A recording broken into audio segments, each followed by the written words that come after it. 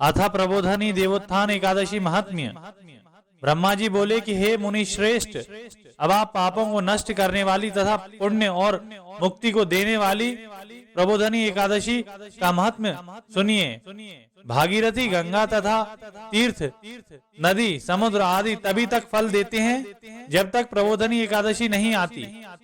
कार्तिक मास की शुक्ल पक्ष की प्रबोधनी एकादशी के व्रत का फल 1 सहस्त्र अश्वमेध यज्ञ तथा 100 राजसूय यज्ञ के फल के बराबर होता है। नारद जी ने पूछा कि हे पिताजी, यह संध्या को भोजन करने से, रात्रि में भोजन करने तथा पूरे दिन उपवास करने से क्या क्या फल मिलता है, उसे आप समझाइए। ब्रह्मा जी बोले कि हे नारद, एक संध्या को भोजन करने से 1 जन्म का, रात्रि में भोजन करने से 2 जन्म का तथा पूरे दिन उपवास करने से 7 जन्म के समस्त पाप नष्ट हो जाते हैं। प्रबोधनी एकादशी के व्रत के प्रभाव से सुमेरु पर्वत के समान कठिन पाप क्षण मात्र में ही नष्ट हो जाते हैं। अनेकों पूर्व जन्म के किए हुए बुरे कर्मों को यह प्रबोधनी एकादशी का व्रत क्षण भर में नष्ट कर देता है। जो मनुष्य अपने स्वभावानुसार इस प्रबोधनी एकादशी का विधि पूर्वक व्रत करते हैं, उन्हें पूर्ण फल प्राप्त होता है।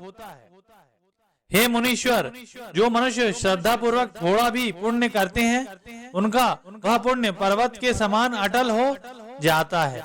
जो मनुष्य हृदय के अंदर ही ऐसा ध्यान करते हैं कि प्रबोधनी एकादशी का व्रत करूंगा, उनके 100 जन्म के समस्त पाप नष्ट हो जाते हैं।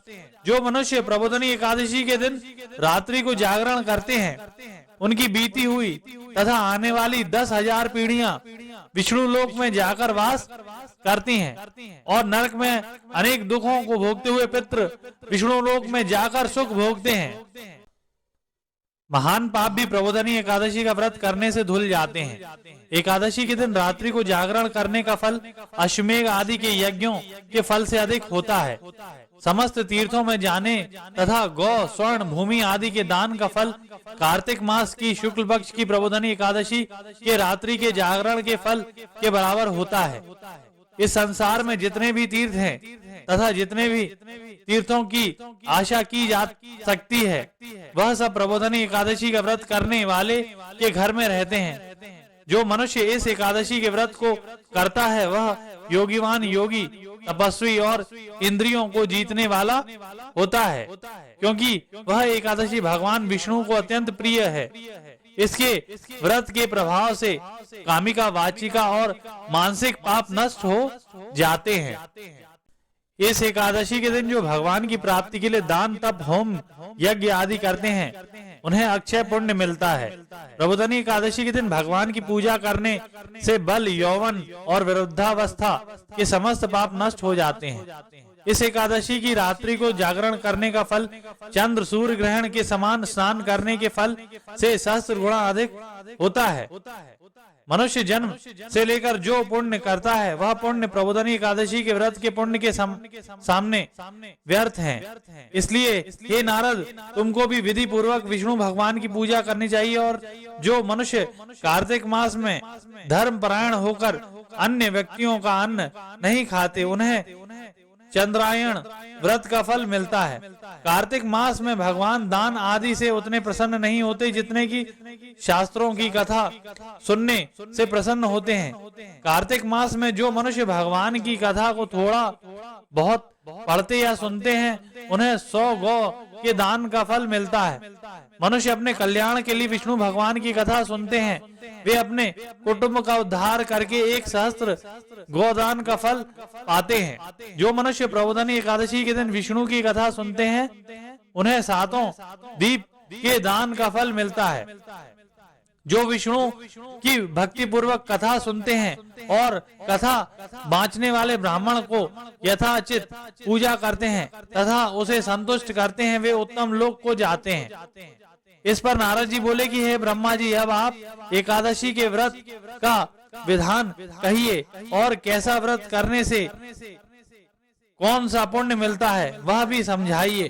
ब्रह्मा जी बोले कि हे नारद जी, इस एकादशी के दिन मनुष्य को ब्रह्म मुहूर्त में उठना चाहिए और नदी, तालाब, कुआं आदि पर स्नान करके व्रत का नियम ग्रहण करना चाहिए।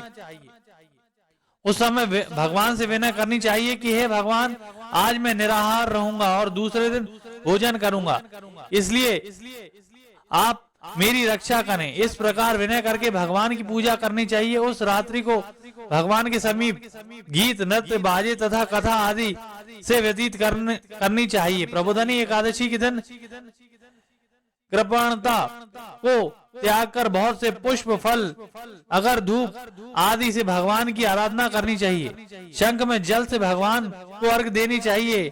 इसका समस्त तीर्थदान आदि से करोड़ों गुना फल अधिक होता है। जो मनुष्य पुष्प से भगवान की पूजा करते हैं उनके सामने इंद्र भी हाथ जोड़ता है।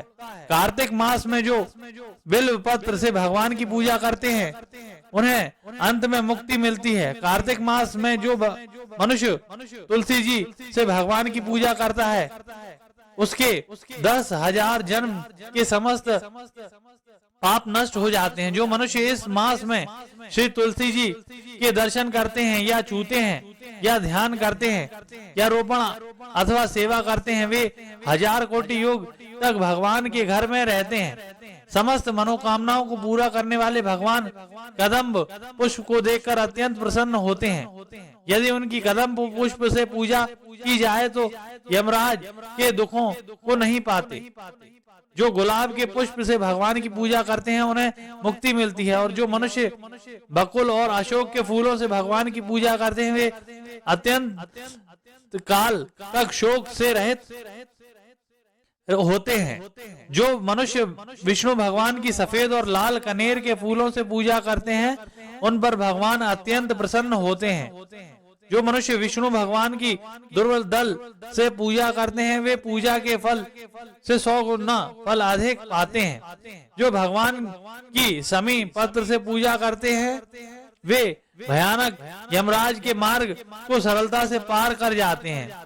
जो मनुष्य चंपक पुष्प से भगवान विष्णु की पूजा करते हैं वे आवागमन के चक्र से छूट जाते हैं। जो मनुष्य स्वर्ण का बना हुआ केतकी पुष्प भगवान पर चढ़ाते हैं उनके करोड़ों जन्म के पाप नष्ट हो जाते हैं। जो मनुष्य भगवान के पीले और रक्तवर्ण कमल के सुगंधित फूलों से पूजा करते हैं उन्हें श्वेत द्वीप में स्थान मिलता है। इस प्रकार रात्रि में भगवान की पूजा करके प्रातः काल शुद्ध जल की नदी में स्नान करना चाहिए। स्नान करने के पश्चात भगवान की पूजा करनी चाहिए। इसके बाद पूर्ति के लिए ब्राह्मणों को भोजन कराना चाहिए और दक्षिणा देकर मीठे वाक्यों द्वारा सभा करनी चाहिए। इसके उपरांत भोजन, गौ और दक्षिणा से गुरु की पूजा करनी चाहिए और ब्राह्मणों को बहुत सी दक्षिणा देकर नियम को छोड़ना चाहिए। ब्राह्मणों को यथाशक्ति दक्षिणा देनी चाहिए।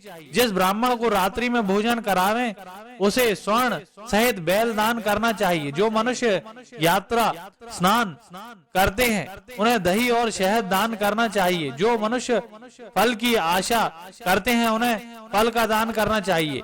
तेल की जगह घी और घी की जगह दूध और अन्नों में चावल दान करना चाहिए। जो मनुष्य इस व्रत में भूमि शयन करते हैं उन्हें सब वस्तुओं सहित शैया दान करनी चाहिए। जो मौन धारण करते हैं उन्हें स्वर्ण सहित तिल दान करना चाहिए। जो मनुष्य बालों को धारण करते हैं उन्हें दर्पण दान करना चाहिए। जो मनुष्य कार्तिक मास में उपानह धारण नहीं करते उन्हें उपानह दान करना चाहिए। जो इस मास में नमक त्यागते हैं उन्हें शक्कर दान करनी चाहिए। जो मनुष्य नित्य प्रति देव मंदिरों में दीप जलाते हैं उन्हें स्वर्ण या तांबे के दिए को घी तथा बाती सहित दान करना चाहिए। जो मनुष्य चतुर्मास्य व्रत में किसी वस्तु को त्याग देते हैं उन्हें उस दिन पुनः ग्रहण करना चाहिए। जो मनुष्य प्रबोधनी एकादशी के दिन विधि पूर्वक व्रत करते हैं उन्हें अत्यंत सुख मिलता है और अंत में स्वर्ग को जाते हैं। जो मनुष्य चतुर्मास व्रत को बिना किसी विघ्न के पूरा कर देते हैं उन्हें फिर दोबारा जन्म नहीं मिलता। जिन मनुष्यों का व्रत खंडित हो जाता है वह नरक को जाते हैं। जो मनुष्य इस एकादशी के महत्व को सुनता व पढ़ता है उसे अनेक गौदान का फल मिलता है।